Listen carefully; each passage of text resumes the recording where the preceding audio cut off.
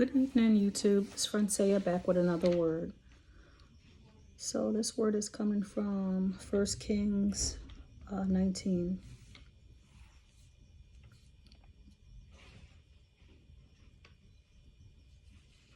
And Ahab told Jezebel all that he had done, also when he had executed all of the prophets with the sword.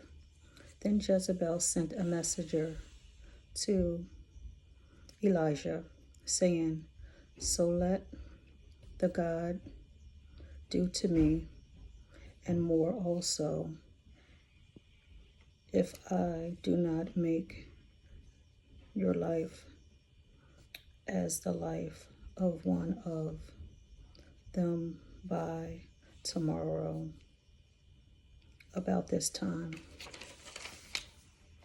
And when he saw this, he arose and ran for his life and went to Bathsheba, which belonged to Judah, and left his servant there. But he himself went a day's journey into the wilderness, and came and sat down under a broom tree, and he prayed that he may die, saying, "It is enough. Now, Lord, take my life, and I am no better than my fathers."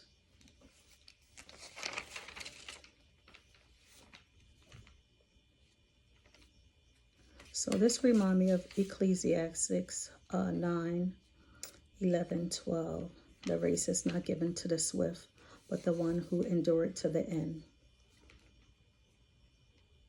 This journey is a journey, and Jesus have also sent us help. This is a journey that God give us, saith the Lord. The journey might go on and on. This sounds like a lot like us. It was too much for him. What we are going through, running from our own self and our own people, places, things, and ideas. Elijah went back to the wilderness, the place where he was comfortable at, because he was afraid of Jezebel and what he already witnessed with all of the other prophets, and because of what Jezebel's husband told her about what he had did. He told him that she herself would kill him. So Elijah ran back to his safe place, the wilderness.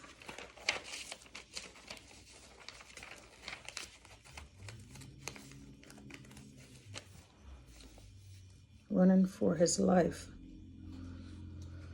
What he went through, he felt like it was enough. He could not take it anymore. He let his fears get the best of him. All he could think of is, "I'm tired. I have seen enough. I have heard enough. I'm going to be killed if I don't run for my life." They have already killed all the other prophets. When you are tired and already ready to give up, this turns into doubt. This turns into fear. This turns into frustration. This turns into self-sabotage. And none of this is of God. Elijah started doubting himself and his self-worth when he already knew what God's law looked like. He was so over everything. Even though he knew God's law, he still doubted himself and still self-sabotaged. Instead of giving it to God, saying that he was tired, he still tried to fix it himself. He still tried to run away. No matter what it looked like, he did not want to deal with it anymore. So he found a broom tree and he fell asleep. God sent the angel to talk with him. And the angel told him to get up and eat. The angel made him a cake. There was a cake and there was water. The angel told him to get up, eat, and drink. And then he went back to sleep. He laid back down, and a second time, God sent the angel to him. This time, the angel touched him and made him strong because he was weak on his journey. So know that Jesus will already take care of Elijah. Jesus will already take care of us. It's just something that we have to go through. He was hungry. He was frustrated. And he was very annoyed with all the other things that he had already saw and been through. His body was not strong enough, so the angel touched him to heal him. The first angel gave him food, fed him to make him strong.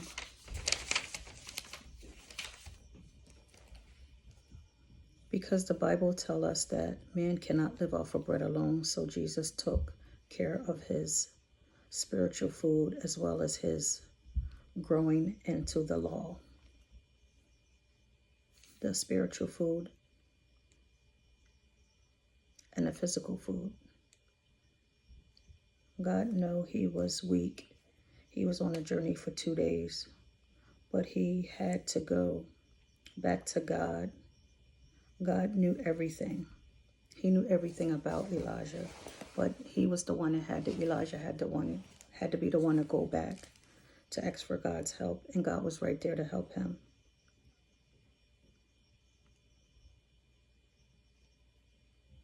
Let me say it so you can fully get an understanding out of Elijah's frustration, fear, and doubt, and self-sabotage. He was tired. He was tired of everything. Next, Jesus came to him, himself, and asked him, "Why are you here?" Jesus showed Elijah his face. It was very important for Jesus to show us, like Jesus showed him his face. It was very important for Jesus to show his face so he can slow down.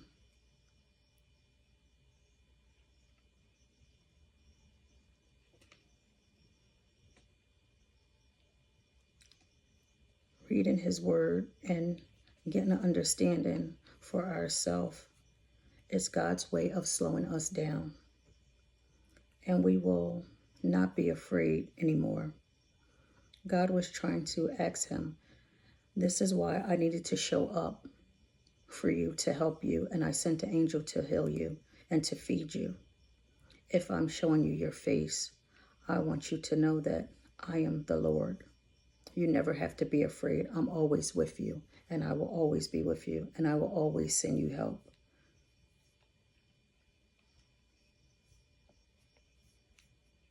Now Jesus asked him again, "Now who are you afraid of, my child?" Running from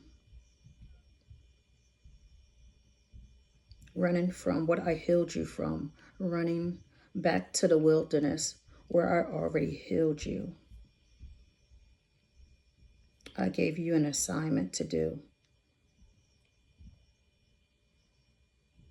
Do not be afraid of what the enemy have showed you, saith the Lord.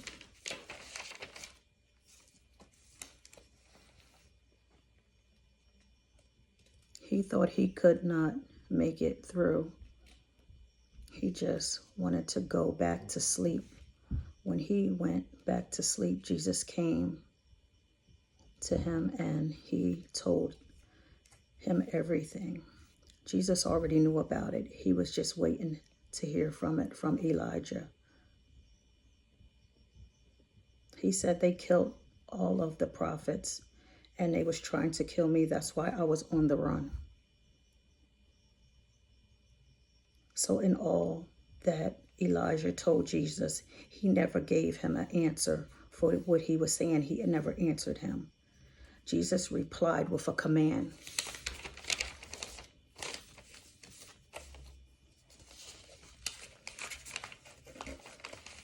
So I'm going to stop right here and I'll be back with part 2.